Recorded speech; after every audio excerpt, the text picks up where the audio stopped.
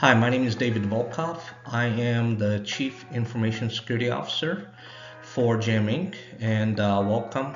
Thank you for joining me for Jam Inc.'s Cybersecurity Policy Lifecycle Review. The cybersecurity lifecycle is a process that does not have an end destination, but is a continuous journey. As technology evolves, so does the risk and vulnerabilities.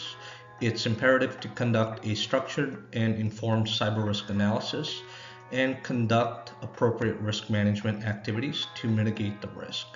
It's also important to ensure that actions undertaken in risk management process are aligned with the mission and the values of the organization. Policies development needs to address organizational needs and meet regulatory and industry standard requirements.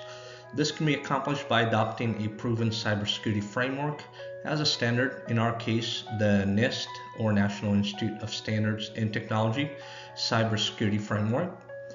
Policy implementation step is where many organizations fail due to lack of leadership support and lack of buy-in from stakeholders throughout the organization.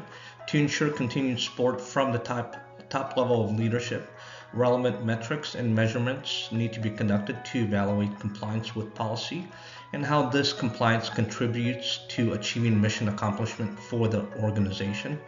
Because cybersecurity risk can never be reduced to zero, an incident handling plan will be used to respond quickly to breaches to reduce the impact and severity of such events to the organization. The incident handling plan is part of a broader business continuity plan for Jam Inc. with a focus on responding and recovering from adverse events quickly and efficiently. Lastly, a feedback component will take lessons learned from all the steps within the cybersecurity lifecycle to improve the process, starting back at cybersecurity risk analysis and risk management. The first piece of any effective cybersecurity program is to identify the assets of the organization and classify their criticality to accomplishing the mission.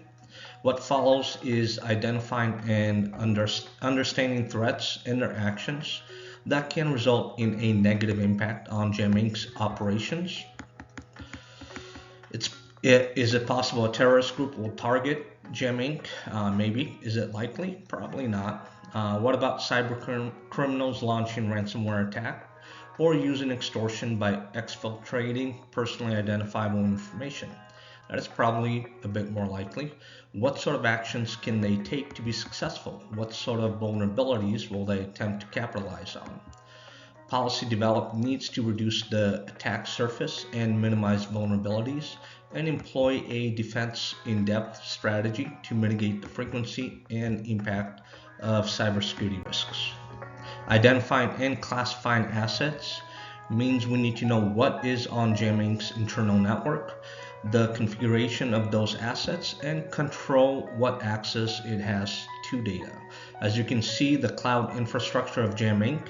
houses the most critical data, and as a result, redundancies are in place to ensure high availability. There are firewalls, virtual private network, VPN, multi-factor authentication, MFA, intrusion detection system, IDS, intrusion prevention system, IPS, and data loss prevention, DLP solution in place to provide that defense in depth when it comes to detecting and responding to any incidents. Data backups, as you can see here, ensure redundancy through quick recovery. This diagram shows assets found in physical locations, including stores and corporate office. Notice that the red boxes represents network segregation to ensure a compromise in one segment does not lead to compromise of the entire network. The on-premise backups and research and development servers on the left-hand side, notice are not connected to outside network unless necessary, and at those times very briefly. All other protection, as we've seen, are present as well. Firewalls, IDS, IPS, and so on. Identifying and classifying assets also means understanding how and what information is accessed by users. This allows Jam Inc. to apply principle of least privilege to ensure that users have the minimum access needed to conduct their business or job roles. Information is classified based on tier 1, 2, or 3. The lower the number, the more critical that data or asset is. Tier 1 is equivalent to restricted, 2 equivalent to confidential, and 3 public classifications that other organizations may use. The top diagram represents a customer logging on to Jam Inc.'s website and logging into their personal account. The bottom diagram represents an employee logging into the system and performing tasks essential to their duties. As you can see, different defense in-depth strategies. More importantly, encryption is also used throughout all the process.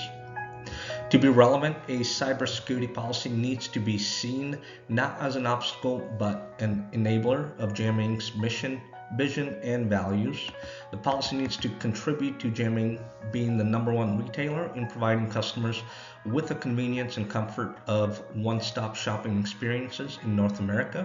The policy needs to help the organization in supporting the needs of people, our employees, our customers, the needs of our communities, our employees, customers, and their friends and families live in areas where we are located, and the needs of our planet to ensure a better and sustainable future, rather than presenting a barrier to Jam Inc.'s expansion of e-commerce capabilities, personalization, and AI features.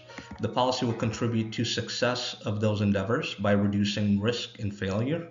It also contributes to building trust with customers, employees, regulators, and other stakeholders by enforcing the fair information practice principles of transparency, individual participation, minimization, security, access and amendment, quality and integrity, and accountability.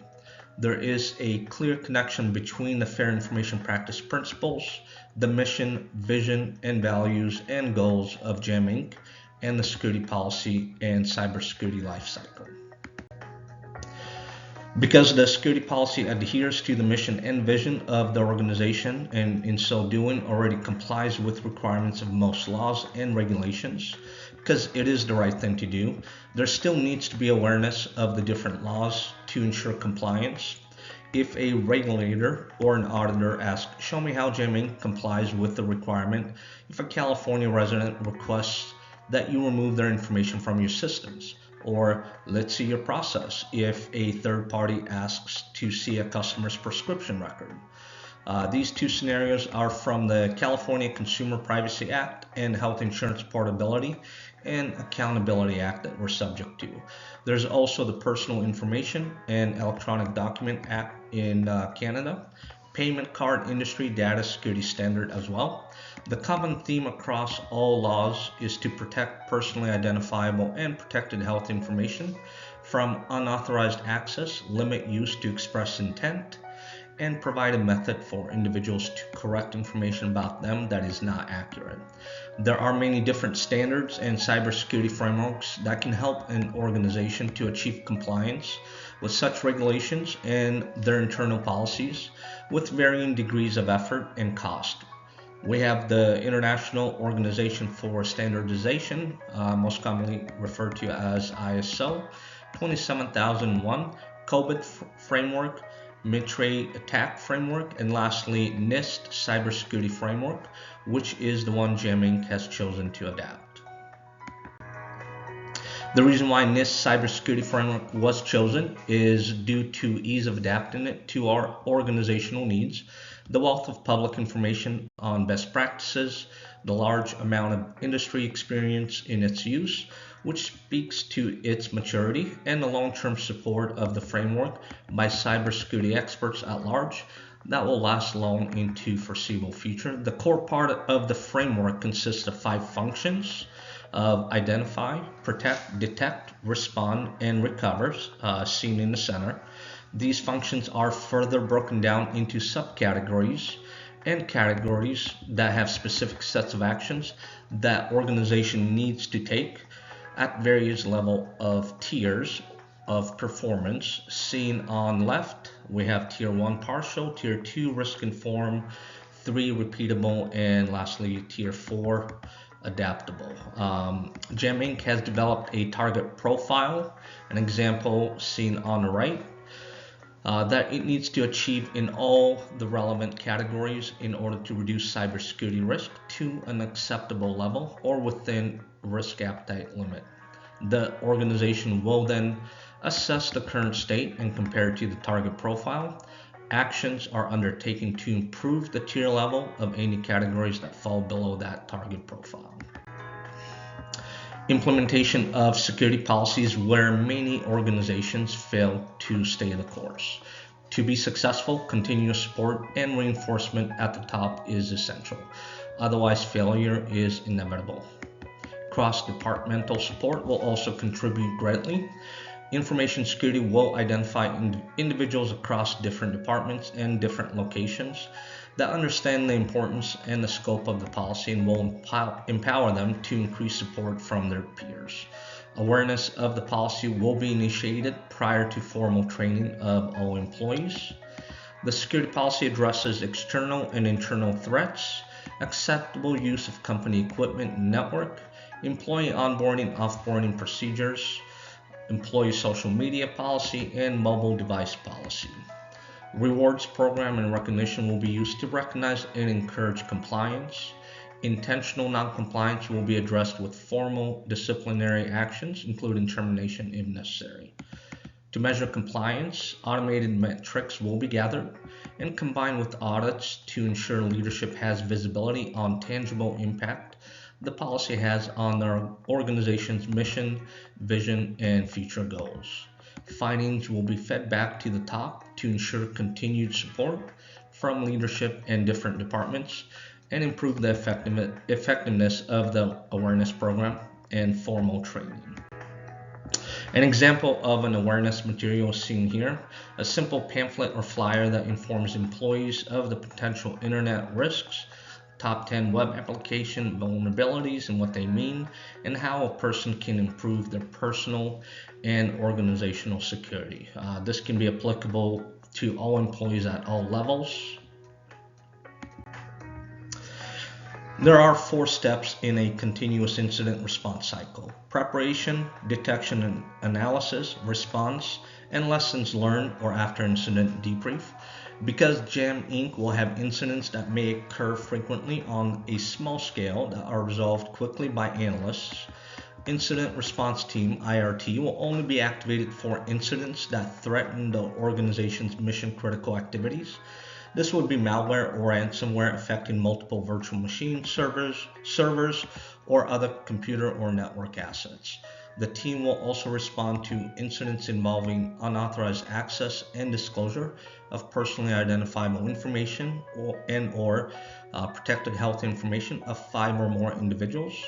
IRTs comprise of different roles to efficiently handle all aspects of responding to a serious incident: communications role, lead investigator, analyst, and legal. For redundancy, there will be designated proxies for each role in case the individual assigned is out of the office, not reachable, or not able to travel to an on-site location if required. The team will conduct investigative and forensic steps following ISO applicable standards and work with outside vendors if necessary if incident exceeds their capabilities. After action report or lessons learned step at the end will feed important information back to the preparation step of incident response to improve incident handling capabilities. Because certain cybersecurity events may cause interruption in business operations, incident response plan and incident handling procedures are integrated into JAM Inc.'s business continuity plan. The BCP prioritizes restoring of mission-critical activities such as network being taken down or point-of-sale systems or online servers being targeted by distributed denial of service attack. The plan identifies responsible roles instead of individuals to avoid need for frequent updates, as individuals may move to and out of their different roles and departments. The plan also outlines specific steps with contingencies to avoid single point of failure in execution. Most importantly, the plan has a requirement to be tested. German military strategist Helmut von Moltke is quoted to have said, "No battle plan survives contact with the enemy. A plan is useless if it is never tested." Tested means regular penetration testing, ongoing vulnerability scanning, tabletop exercises, and walkthroughs of different scenarios, taking lessons learned and incorporating them into strengthening the plan.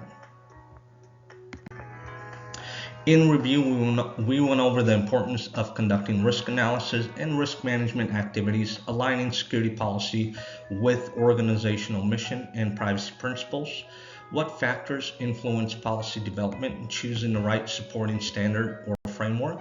We also addressed common policy implementation pitfalls and best practices, importance of measuring compliance, and using rewards and disciplinary actions to motivate employees in achieving policy compliance. Lastly, we pointed out how the organization will respond in cases where security policy fails and breaches occur through the incident response and business continuity plan. My name is David Volkov. It's been a pleasure sharing GEM Inc.'s cybersecurity policy lifecycle presentation with you. Thank you.